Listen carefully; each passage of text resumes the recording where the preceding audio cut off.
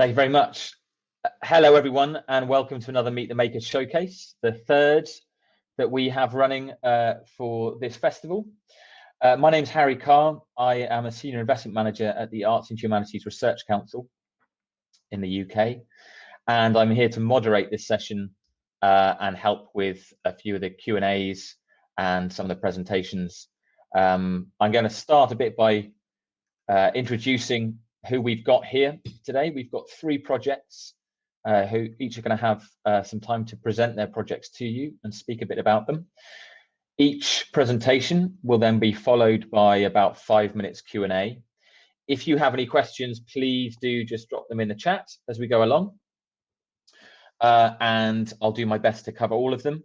Please be aware that if I think that there are more than one question that's asking the same thing, more or less, I'll try and summarize that just for quicker timings.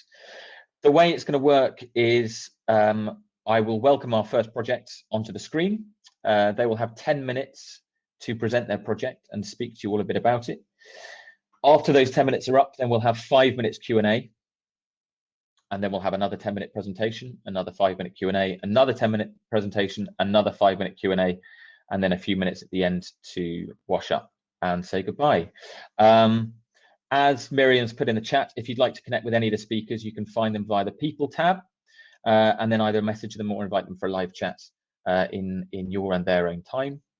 And of course, I'll be sharing some cards before we start, and if anyone would like them, please do drop them in the chat as well. So a bit just to introduce the projects and by title. We've got today, we have, I'll just wait for the screen to share. We've got Holohub, which is a VR training platform which aims to democratize access to VR training by Digitalnauts. And that's going to be spoken about by Lina Srebrova and Mark Baxter, who will be there for the Q&A. We also have the Immersive Learning project to support the World Health Organization's Emergency Medical Teams program by Near Life, and we have to speak about that. And finally, we have Virtual Decisions, an interactive virtual reality film for personal, social, health, and economic education workshops by around midnight. John Durrant and Philip Hyde here to speak about that. Though, as I say, there'll be a chance to ask questions after each presentation, or you can drop them in the chat during each one.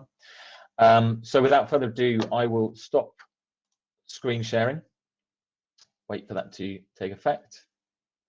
And I would like to invite onto the screen, please, Lina Srebrova, who is going to speak to us about Holohub, the VR training platform. Lina. Hi, everyone. Is everything okay, Harry? Can you see me? Okay, Harry? Absolutely, yeah. Thank you very much, and look forward to hearing That's amazing. Perfect. So I'm just going to share my screen now. Let me know how that works.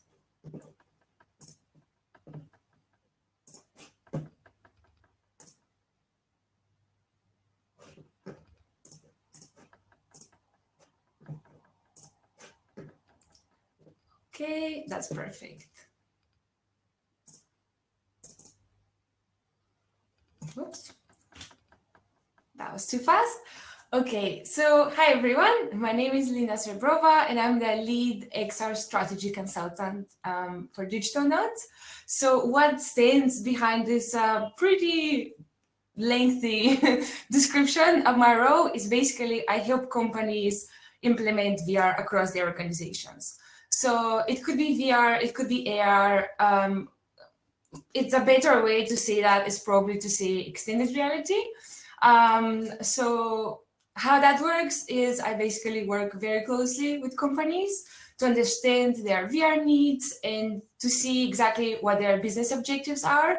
And then I come up with strategies to make this in a very sustainable way, come up with VR roadmap that usually helps companies to get a much bigger view of exactly what's happening and all the different departments that are actually involved in their organization, because very often companies are unaware of a lot of the unknowns that has to do with this very new technology. So what we do at Digitalnauts, as you can see, is virtual reality for business. And how we do it is mostly based on this unique framework, which we call the Digitology, which I know it might sound a bit cheesy, but we absolutely love that one. As I already mentioned, we usually start with advisory services. So this is where I come in and my team, and we usually, as I mentioned, we try to understand as much as possible what are the exact VR needs and how we can address these in a way that actually produces a very measurable business impact. So the content creation part is something that we do in-house, and we create any type of VR training that could range from anything that has to do with safety to all kinds of process-based, or we're hoping to look into more like behavioral training as well. So any training that is very complex or difficult or dangerous is a perfect candidate for VR. So we recently started developing, we've been developing it for a while, but we are kind of going into the soft launch of our training platform that I would further elaborate in my presentation. But in very short terms, it allows companies to unlock the full potential of their VR training and actually distribute it at scale. In terms of hardware support, we work with partners from across different ecosystems and vendors, so we can ensure that we provide the best possible support and maintenance. And in terms of customer success, this wraps up kind of our whole end-to-end service. And we have dedicated business success managers that ensure that everything is going smooth and our customers actually make the absolute most out of their VR training. So what really is the biggest problem that the XR industry is currently facing?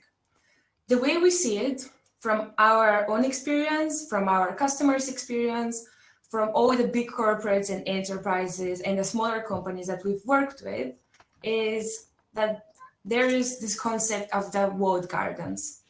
And what this really means is that walled gardens could be anything, any ecosystem that is pretty much closed and restricted, where everything is controlled, and pretty much the final user finds a lot of challenges in how to make the most out of them.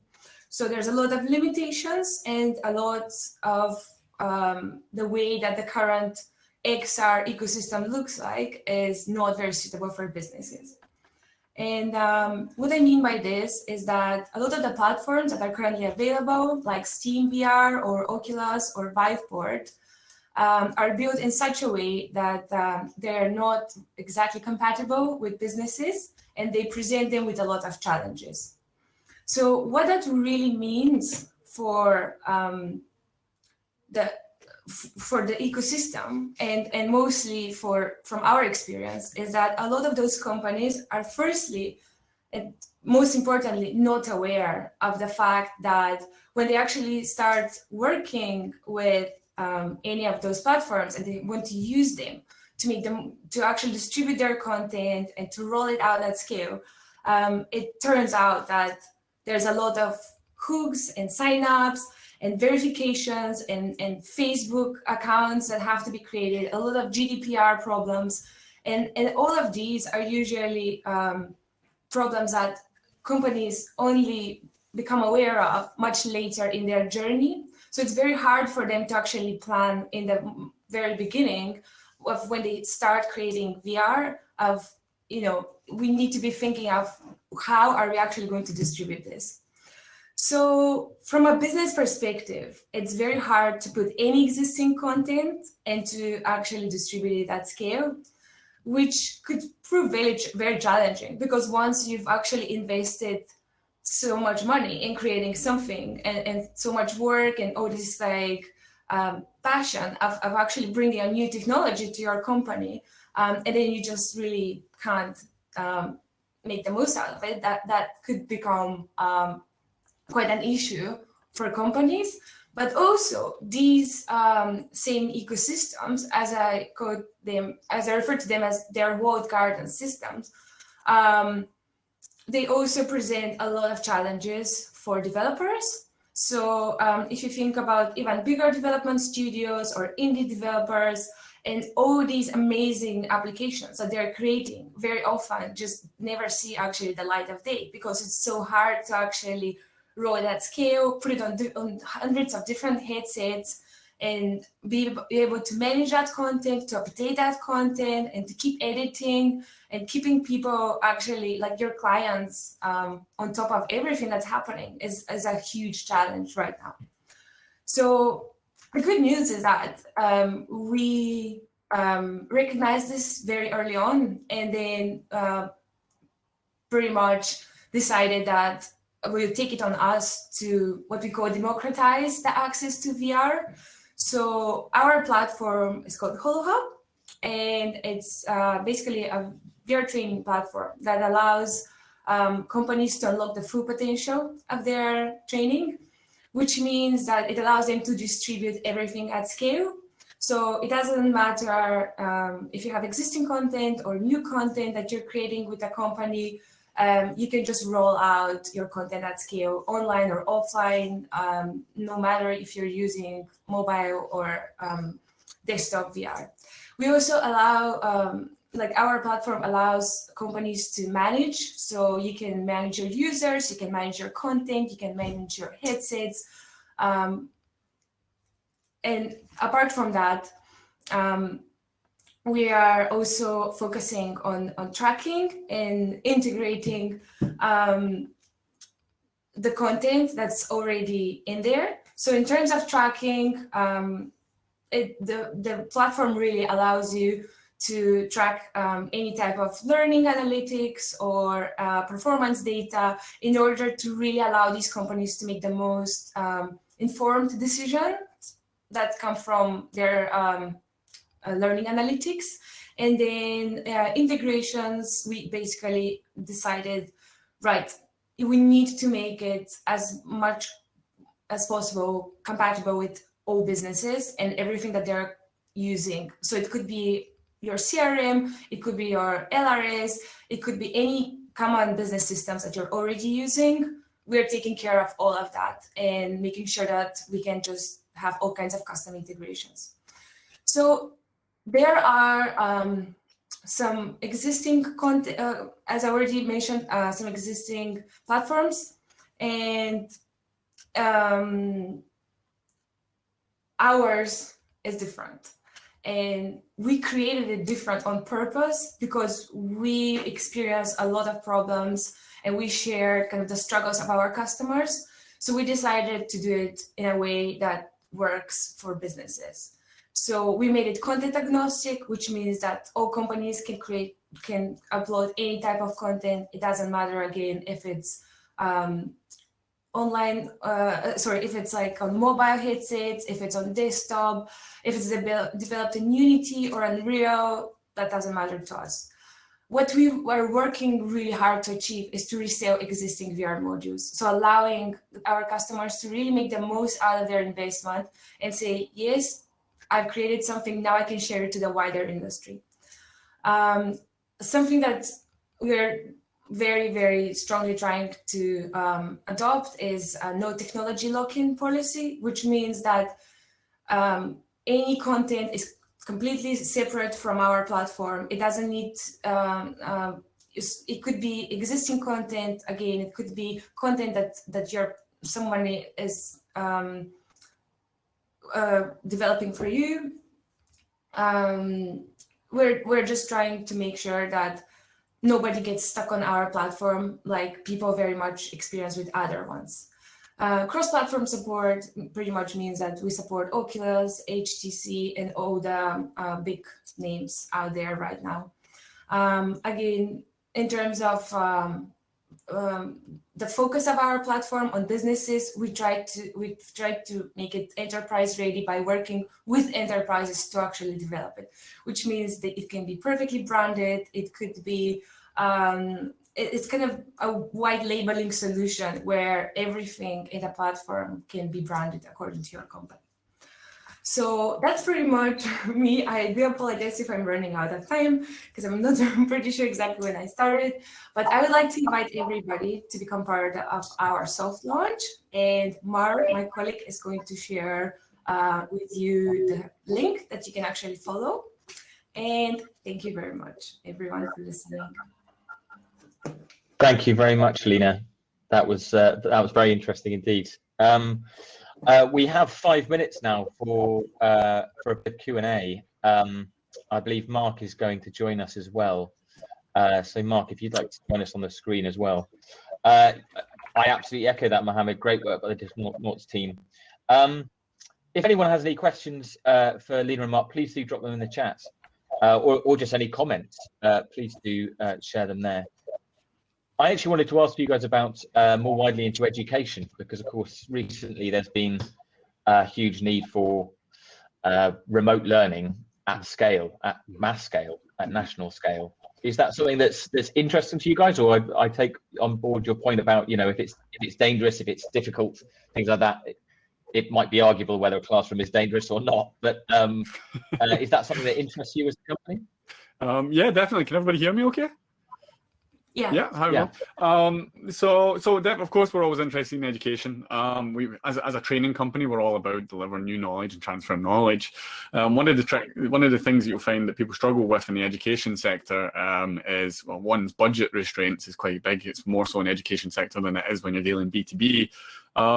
But the other thing is, so we can't expect many of our students that we would be targeting to have headsets available to them. So really what you would have to do is you would have to have the education centre set up a training hub within our organisation. We're actually working on a couple of projects in education where we're doing exactly that. So we're trying to set up a dedicated training space within the education facility, university, college, whatever it may be, so that people can basically get access to VR training if they don't have headsets, for example, which a lot of people at this point in time don't. The challenge just now at the moment with obviously a pandemic is sharing of headsets, and nobody wants to go and put a headset on after somebody else has just worn it. So, you know, part of what Lina's job is in remit within the business is to come up with strategies and ways to come around that. It could be using a clean box. It could be a case of simply just wiping down the headsets. But it's definitely something that's of interest.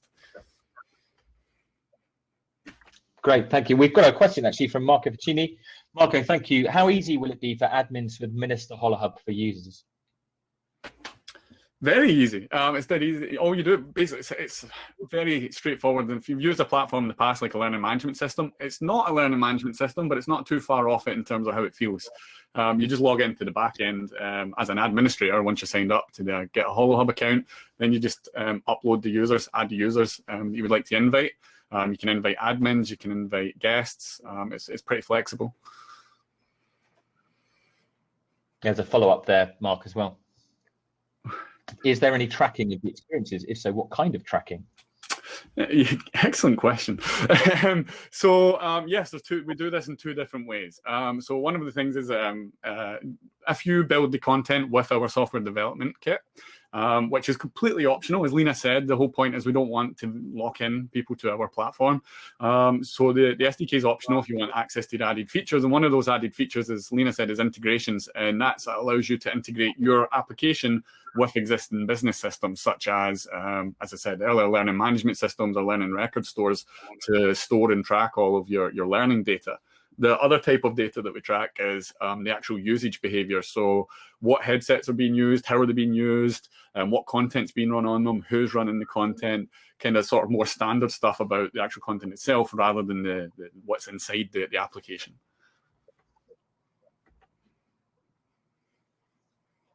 Mm-hmm. That's great. Thank you very much. Yeah, no problem. Are there any other questions? Last chance for questions to Lina and Mark on Holohub. please do drop them in the chat. If not, I will move on to our next speaker. Excellent. Thank you very much, everyone. It looks like that's it.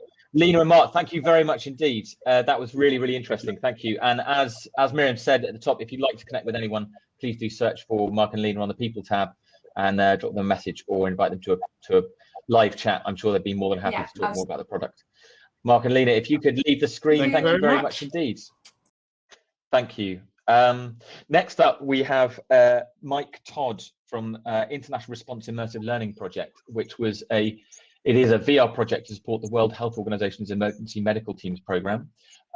Mike's come from Near Life, is that right, Mike? Yes. Is that right, Mike? And I will leave you to it for 10 minutes. Okay, thank you very much. Thank you very much. So, yes, basically, let me just try and share my screen here. I'm going to, hopefully everyone can see my screen here. So, yes, we are Near Life. We're an immersive content technology company, primarily based around learning, but we do other things. And I was going to talk to you today about our project we did with the World Health Organization's Emergency Medical Teams program around international responders. So, I mean, you've heard in the past presentation, I think the world is moving on in terms of the way people want to consume content and what is available out there. And, you know, immersive content is proving to be increasingly popular. So we're very much kind of conscious in that. We've always been involved in kind of interactive media, interactive video, but we've been involved over the last 12 months much more in the kind of the VR space. So, I mean, why is it good? Because it's experiential, you know, experiencing things through an immersive way. It's more impactful.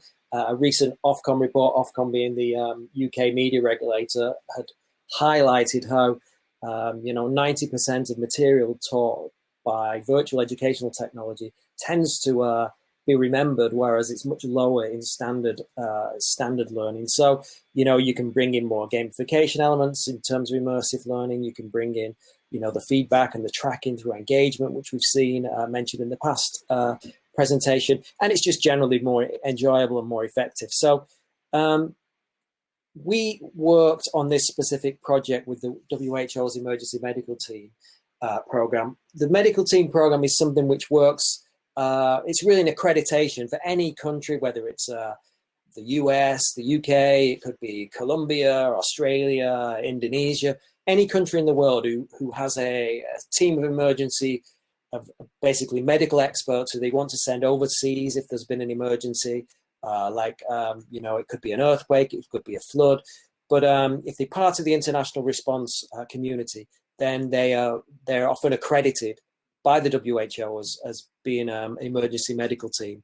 And the WHO try and standardize certain things around that. And one of the things they have is the Blue Book. And that's really, the Blue Book is really the best practice around security training. So these type of security training exercises are often done in very immersive situations, kind of role play style or simulations. And that's really what we did with this project, is we took the WHO's Blue Book, working with the WHO experts and international experts, including the UK's fire and rescue team who oversee security for the UK's emergency. Work with the Global Interagency Security Forum, who are specialists with security training for the international NGO community. And we kind of created, you know, this series of interactive modules, part of a wider learning course around trying to standardize and improve access to this type of immersive training for emergency medical teams across the world, basically. So, you know, we were involved in various exercises. We did a story workshop around what are the real life experiences. We looked at putting together a narrative around that, designed the game, we scripted it, we were involved in the production. I mean, we're primarily a learning technologies company, but what we wanted to do is work closely in this project, because it was a new innovation we were involved with, and we've obviously had support through the UK through innovation funding to make sure that the experience for the learners mapped across very well to the type of experiences that emergency medical teams would face in the field. So we're, as I say, a learning technologies company primarily, and our software, our creator software platform is designed to create interactive experiences. Traditionally, we've been an interactive video based software where you could embed, integrate with various, you know, as was said in the last, the kind of the last presentation. There's a lot of kind of technologies out there. There's a whole ecosystem in the learning field with learning management systems, and we very much sit on top to easily embed and integrate, but we've to create interactive experiences, and that's what we did here. So the VR version of our creator tool allows you to easily design and publish and share immersive, interactive immersive projects. So I'm just going to stop sharing here, and I'm going to change. I'm going to change the tab that I'm going to share. So this is our interactive authoring tool. So you can see here. I mean, if you basically have a series of projects you design, you can organize your projects however you want. But in this case, this is our emergency medical team security project, and you can see here we've got a series of scenarios. These all form part of the course, and we've got here the interactive scenario. This is only a short one. It's kind of the intro one, but I will show it you because it's the shortest. And you can see here that you've got a kind of a very simple decision tree here because the branching is very straightforward. You've only got one choice, but you can track the interactions. You can give people feedback, so you can give additional context about why something may or may not be the correct choice. And you can allocate scores, which can be shared with learning management systems. So you can kind of create you know, in effect, use it as either just pure learning exercise experience, but you can also use it as kind of a test. Have people absorb the learning? How would they behave in these situations? And the simplicity of our tool is when you've kind of designed your branching, you've got a media library. You're just simply going to drag and drop your VR media files into your diagram, and then you would publish, and you're able to share. You're able to embed the learning. So in our case, this is embedded in a learning management system that we've developed with WHO and others, kind of a full course. But the interactive scenario is the key bit, I suppose, for this presentation. The immersive elements can be embedded simply like you would kind of any embeddable content, like a YouTube video. But it happens to be you could even share it on social media if you wanted. So I'll just show you a test version here. This is I mean, the beauty, in my view, of what we developed here is that it's all based around web VR. So there's no barrier. We've heard already that there is a kind of the issues around headsets and what hardware and you use and access. This is pure web VR.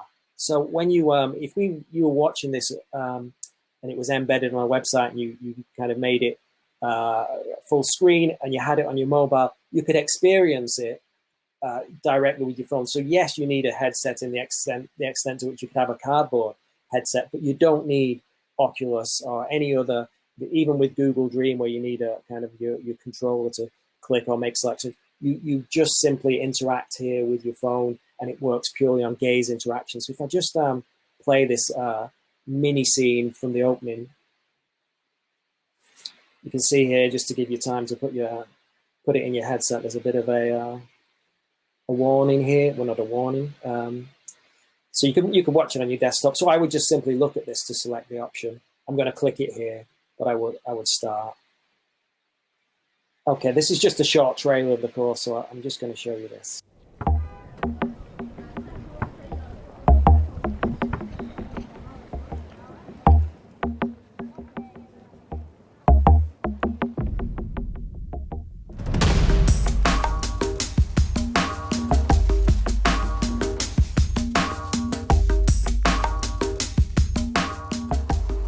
What do you think? What's the priority here?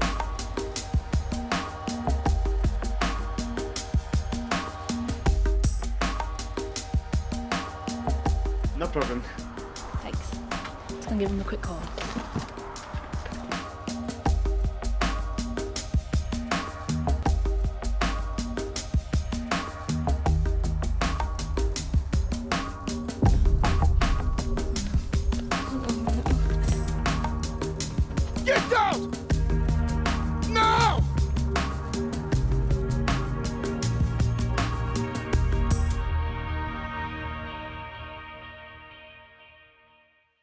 Right. So hopefully from that you get the idea. I would have preferred to show you the actual interaction, but as I say, technical difficulties. I will just go back here. I'm skipping between tabs. So what I can show you, I'm conscious of time, but just to show you basically how it works, because I talked about the embed, and then plus we talked about the kind of analytics. You can assess the average score and look at who has made what decisions. You get kind of a breakdown and the completion rate, and all this is kind of embeddable. Plus you can, you know, when you're looking at the interactions here, you can see here you've got the score on the. This is just the start option, but it's very easy to design and build and share, and the WebVR technology makes it very, very simple to you know, to share it at scale and to also integrate it with other platforms, because we, like the presentation you saw earlier, if you were part of the session, you know, recognize that there are barriers to adoption around VR, and so we wanted to make it very easy to design, create the interactions and share it in a very simple and easy way. So that's really what our authoring tool and what this course is all about. And you don't need the hardware, you don't need the additional kind of technologies. You just have a simple way of building and sharing it. So bear with me, I will skip one more time between tabs, and then I think so that was it really. That was and this WHO course is being used around the world. It's kind of as I say, for any emergency medical teams program, not just the UK. And that was really me. I think I may have gone over there with a bit of technical hiccups, but don't worry. Very happy to answer any questions. Thank you very much, Mike. And sorry, yeah, it's a constantly challenging bandwidth problem, particularly with conferences of this size. But thank you very much indeed. Very quickly, Mohammed's asked whether you've got a URL that you could share, and I can see that. I think you've got one written up there, but I can't see the screen. If you could put it in the chat, that would be great. Just to the right of the screen, put a URL that people could visit. We have a question from John Durrant, who's up next. Actually, his question is, who is the client, so to speak? So the client, I mean, it's not. I'm just going to share this embed here for people. So the client is the emergency medical teams. I mean, around the world, we developed it in partnership with the WHO. But what they're trying to do is facilitate kind of common understanding of security best practice for, you know, emergency medical teams wherever they're based in the world. So if they get the WHO emergency team accreditation, then they want to ensure that there's kind of a understanding of you know, security principles, because a lot of people being sent overseas are doctors, nurses, civilians. They're not really security professionals. So if they go into a hazardous post-conflict situation or a situation where there's kind of civil unrest, then they want to ensure that they've got the ability to understand what it might be like. That's where our course comes in. So the client it's really designed for any emergency medical team program around the world. Fantastic, thank you very much. We have another couple of questions, but I'm afraid we're going to have to move on. Mark from Digitalnauts, you might want to contact Mike and talk about concept delivery, and perhaps speak a bit further about that offline, if that's okay. We'll have to move on to the next speaker. Mike, thank you very much indeed. That was really interesting and really, really good work. No, thank you. Sorry about the technical difficulties. I can see that it worked in the browser, so hopefully that it does work. So is it available at that website that you? Yeah, I've just sent the link for people to fantastic. It's just people, please do visit. I'll certainly have a look after this, and we'll go and have a look, and you'll see the traffic ticking up, I hope. Yeah. Okay. Mike, thanks, Harry. Thank you. Take care.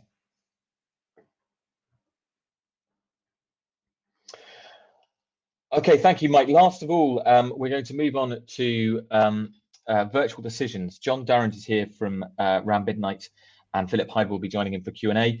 Hello, John. As I said at the start, this is an interactive virtual reality film for personal social health and economic education workshops. John, without further ado, I will hand over to you. Thank you very much.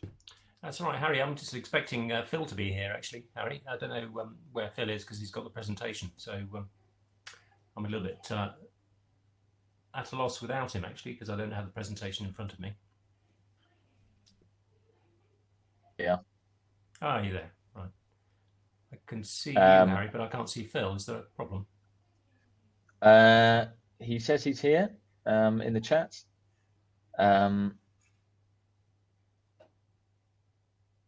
Let's see if he comes on any second.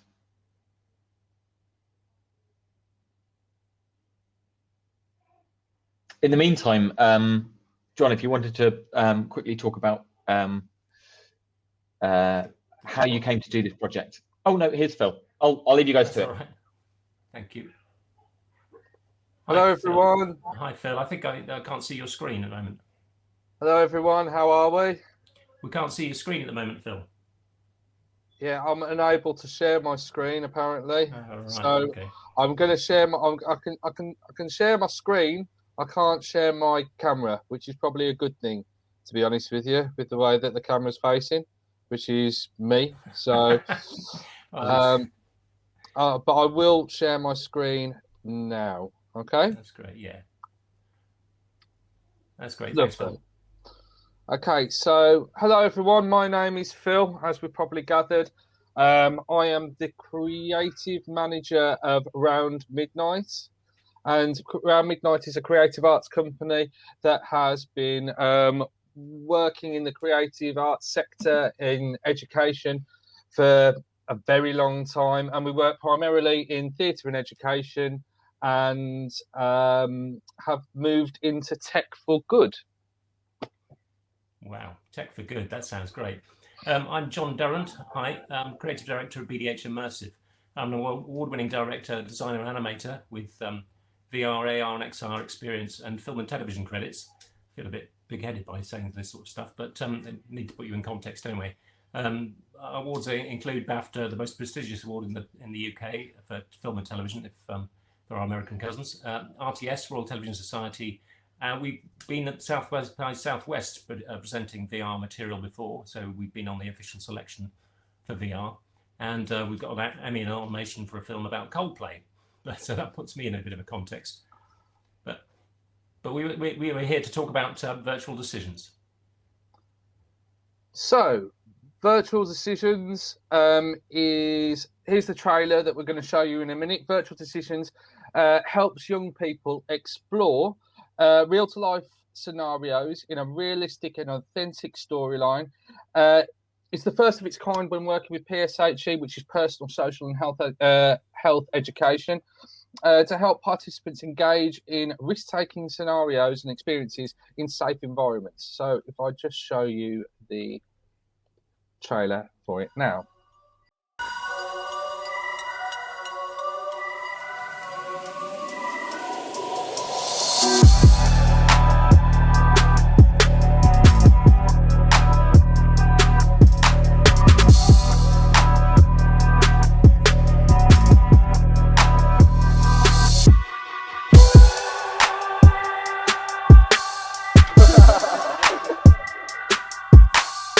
We ask you to do something, then you do it. You on board with that?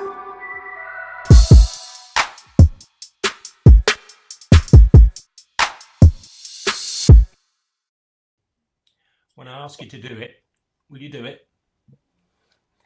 Just basically, the next slide here we've got is the interaction decision tree, which obviously goes into making an interactive virtual experience, but also online material like Netflix or whatever, Black Mirror's interactive video offer is very similar. And so as soon as you start making interactive options for the user, obviously it starts to branch out. And so it's a great challenge in terms of bringing the narrative together. It also means that multiple variations of each scene, which involves filming things multiple times and paying close attention to continuity and so on, it's important to say that this is that virtual decisions is not a lecture, although we're talking about schools. We're not talking about a lecture about what is right and what is wrong. You can experience what is wrong and what is right. So you can make the wrong decisions if you like. There's no outcome, you just learn from it. And so we'll say that this program is kind of knowledge through experience, because the very nature of VR and the immersive experience is that you feel to your core, you've actually experienced something. And we've seen to be advised that there are more and more, that you gain more knowledge by experience. Right. So firstly, we want to talk about what is risk-taking behaviour. So around midnight, as part of this this project that was funded by Innovate UK, we worked with over 1,000 young people and researched what, as part of the research phase, what risk-taking behaviour was. We did this through creative consultations, interviews with young people, and we asked teachers and young people the question, what is risk-taking behaviour? And we were surprised to find that most young people deemed risk-taking behaviour to be carrying a knife, walking past young people, youths who they don't know, looking at somebody the wrong way. This all pointing to the fact that more education needs to be done on around gang culture and antisocial behaviour. So using this information, we created a storyline and characters that were developed using the research to ensure it was a true representation of the world experience that young people had. So this is the next person you're going to see is a woman called Stephanie Burnett-Hayes. Stephanie is the consultant academic who is an expert on adolescent brain development, mood, decision making, and social interaction. She assisted in the creation of the film. So here's a clip from Stephanie talking about how important it is to have authenticity in the piece. I think the main value of something like this is so virtual reality is used in science experiments, but I think because it's developed with creatives, like a theatre company, it'll be just so much more authentic. So often lab experiments are really contrived and they don't really feel real. They don't look very nice as well. But this will look really good and feel really authentic. So I think it will just, it takes the game up a level in terms of seeing how, trying to get people's authentic reactions to these situations. So that was Stephanie talking there. So this is the experience has now been delivered into in excess of 1,400 young people across the UK. The young people love the experience. When people step into the classroom and realise they're going to be trying out VR, there's so much excitement. But what we didn't anticipate was the high levels of engagement and the continued conversation that would take place after the film was finished. The discussion that followed are long, insightful, fascinating, and there's a real buzz in the room. There's something that the kids really relate to the experience and want to talk about it. We encourage the young people to explore the content and not be afraid to try the more uncomfortable options, as the workshops are a place to see what happens when those actions take place and what the consequences are. It's pupil-led. The conversations are driven by the thoughts and opinions of the young people. Everyone has something to say because there's so many options to go through. There's over 3,000 ways of going through this experience. And it gives those young people a platform somewhere that they can voice their opinion. There's no right or wrong answer. In virtual decisions, you're allowed to make the wrong decisions. I love that. Through experience, you can make the wrong decisions, and you can deliberately steer something to crash, or some point in which you want to explore, and you can do that vicariously, which young people seem to respond really well. And I just also wanted to make a really important point here that this VR experience is part of a theatre and education workshop. So the tech is only the trigger, and it's a trigger for a much deeper learning experience. It's not a replacement for a professional teacher, but a complement to an undervalued teaching practice. So there are just a few quotes that we're going to go through that have been taken from pupil and teacher feedback that we think encapsulate and sum up what we're trying to do perfectly. So this pupil said, it teaches you a life lesson. You're not just reading about it or listening to someone talk about it. You're living it. You're actually there. You can't teach that. This is a teacher response from a very difficult school in the West Midlands. Today, you have worked with some of the most vulnerable young people in our school. You have made them feel like their opinion matters, their life matters, and what's going on with them outside of school is worth bothering about. That has been incredibly powerful. So now, on the back of those, I want to talk about, because we're really excited by the enthusiasm of teachers and school that have really embraced virtual decisions. Now, this is a tough inner city school teacher who we imagine has seen it all, but he's not seen anything like this. So if you could just have a look. That's awesome. That is brilliant. Your sound, Phil. Absolutely brilliant. Why is it good? Because you're there, you're in it. You're literally there. You are in what's going on. It is. You're part of it. Yeah, it's horrible for me to watch that. Watch the lads jump on him and then watch the old guy get shoved over and stuff. Horrible for me to watch that, but I'm an adult. You know, that's brilliant.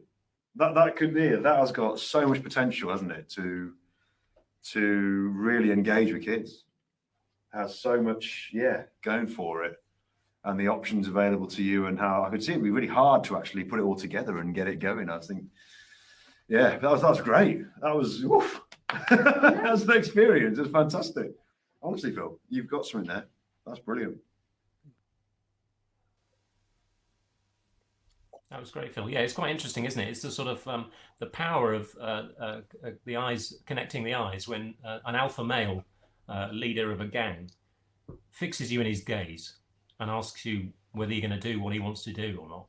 And it's really, really hard to say, no, I'm not going to do that. Yeah. I'm going to do something else, you know. Well, this is the important thing. This is the important thing about it, that it points out all these grey areas that us as adults don't really see.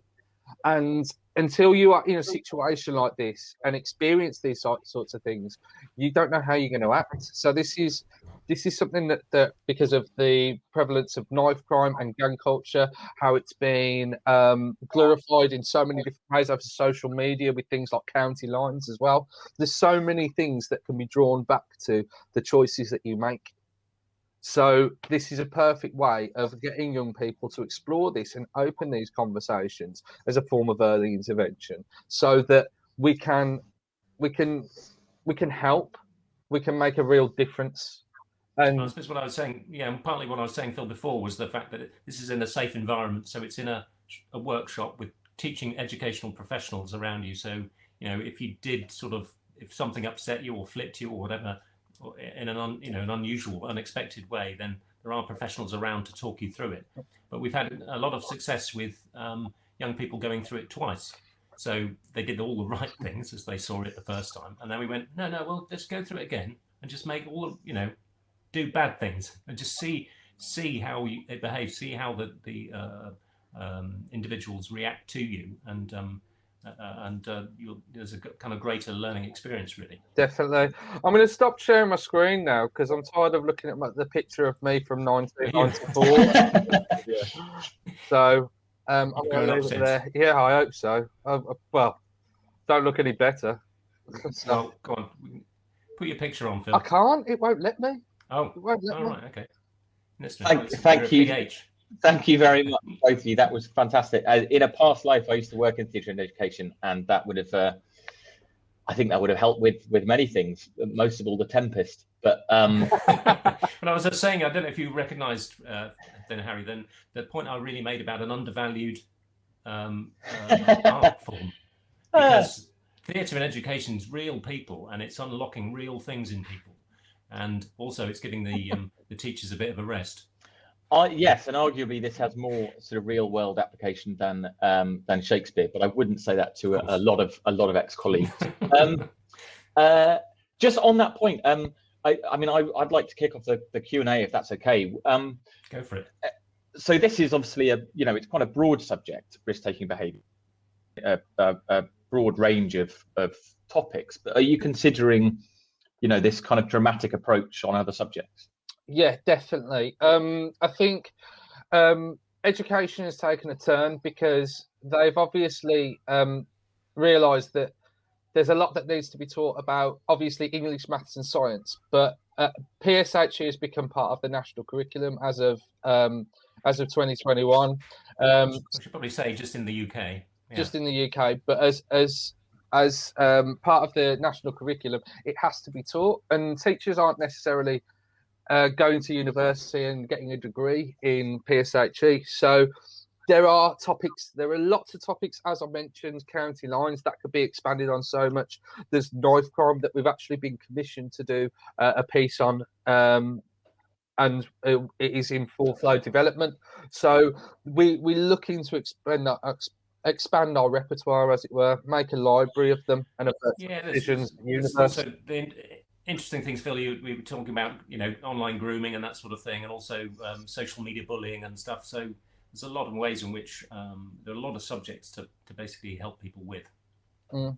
I mean, if you look at the pandemic, sorry, I was just going to say, you look at the pandemic. Harry, carry on. You're all good. Sorry, Phil. It was just for anyone not familiar with the acronym. I just wanted to repeat: it's personal, social, health, and economic. I think I got that right, haven't I? Yeah. So it's just for anyone who's not familiar with the English curriculum, or the UK curriculum. That it's personal, social, health, and economic education. And we're talking about knife crime, drugs, cyberbullying, LGBT plus issues, grooming, consent, radicalisation. It's very, there's all sorts of areas in which come under the PSHE bracket. Yeah, I just want to point out as well, we'd be open to doing some that aren't all doom and gloom as well. We'd quite happily do some on how to pay your bills and stuff like that. That'd be great. That'd be great. How to skip. Yeah. How to get a mortgage. How to get on the property. Yeah. Guys, thank you very much, both of you. That's as Miriam put, it must be incredibly rewarding to deliver, not just to develop, but actually to see it in action. Must be a constant pleasure to know that it's having that effect. And it's always most alive with young people, isn't it? They're very, very honest. So you know that you've got a good thing if they like it. And you know that you have everyone working here on virtual reality, it really does show that it does make a difference. It really does make an impact. Fantastic. Well, thank you very much indeed. As is in the chat, if you'd like to connect with anyone, please do search for the Other People tab, message them, invite them for a live chat. Of course, you can find them online. If people would like to put the websites in the chat so people they can easily copy it from there, please do. I can't see any other questions coming through, and I'd just like to echo Miriam's thank you very much indeed to all our presenters. Really, really, really interesting projects, and we're really proud to have presented them here. Miriam, I think that's it for us. Cheers, thank you. Thank you very much, John. Thank you very much, Philip. Thank you very much. And thank you to everyone who's spoken this evening. As Miriam says, you can find out more in the showcase booths. Please follow the link in the chat. But for the moment, that's it from us. Thank you very much.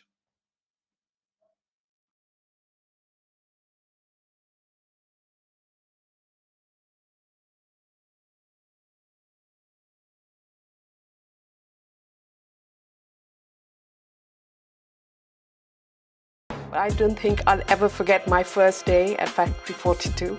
News of a possible national lockdown because of COVID had just broken. We had actually launched a new experience in the Metro Centre in Gateshead. Had moved into full production and ready for a performance in June 2020. We had created and established an amazing story with Aardman. All our technology was in place. 2020 seemed to hold so much promise, yet all across the creative sector, the impacts of the pandemic were felt. And this is a story of some of the projects that were supported by the audience of the Futures Challenge and the Creative Industries Clusters program, and how even the best laid plans were disrupted.